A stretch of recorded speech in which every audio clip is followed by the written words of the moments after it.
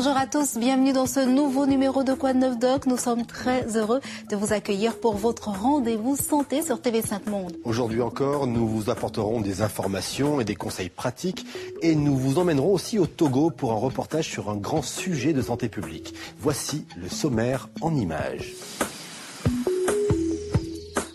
Pour la première fois depuis le début de la pandémie, le sida ne serait plus en expansion en Afrique. Dépistage et gratuité des soins sont des armes contre cette maladie sur ce continent. Reportage dans la capitale togolaise. Que faire face à un saignement donné? Dans cette émission, nous vous montrerons les gestes simples mais efficaces. Malika nous écrit du Cap en Afrique du Sud et nous demande « Mon mari semble faire des pauses respiratoires quand il dort. Pensez-vous qu'il souffre d'apnée du sommeil ?»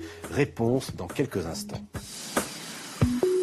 Après un rapport sexuel non protégé, on conseille d'attendre au moins 6 semaines pour faire un test de dépistage du sida. C'est le temps nécessaire pour que les anticorps soient identifiables. Or, c'est leur détection qui indique que la personne est porteuse du virus. De nouveaux tests plus rapides sont sur le marché depuis peu et même s'ils sont moins sensibles que les tests classiques, ils permettent tout de même une première approche du dépistage. En Afrique, ce dépistage précoce est un enjeu majeur dans la lutte contre le sida. Nous sommes allés au Togo pour suivre les travaux sur le terrain de l'ONG M-Afrique.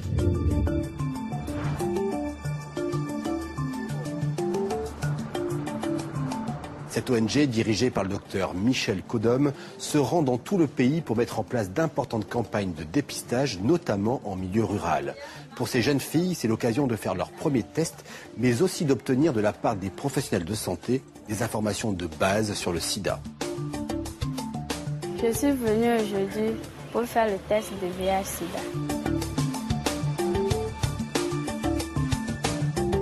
L'ONG M-Afrique est spécialisée donc dans les actions humanitaires et dans l'organisation des campagnes médico-chirurgicales foraines gratuites sur toute l'étendue du territoire togolais. Chaque fois que nous sommes dans une localité, nous sensibilisons ces populations sur l'importance du dépistage de masse du VIH-Sida. J'ai écouté ça à la radio. J'étais au service, j'ai demandé ça à ma patronne. Elle a accepté.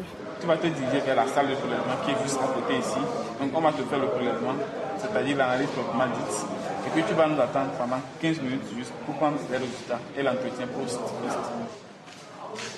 Il y a un entretien entre le médecin et le patient qui se présente pour connaître donc son statut.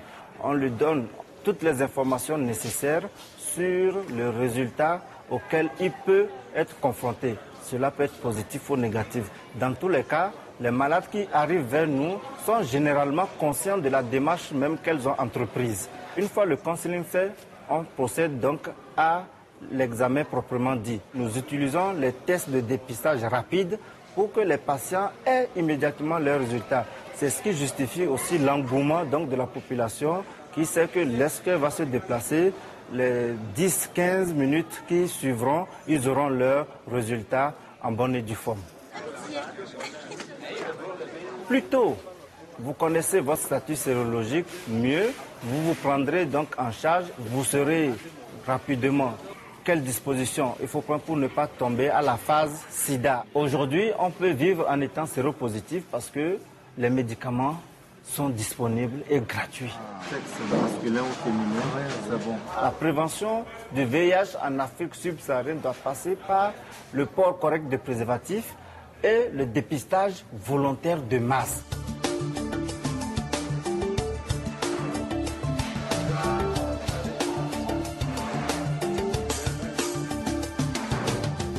Lorsque nous arrivons dans une localité, plus de 1000 personnes se font dépister par jour. Cela montre qu'aujourd'hui, que le message passe. J'ai trouvé le signe séronégatif. Donc je suis contente. Je vais continuer par faire attention pour ne pas attraper le virus du sida.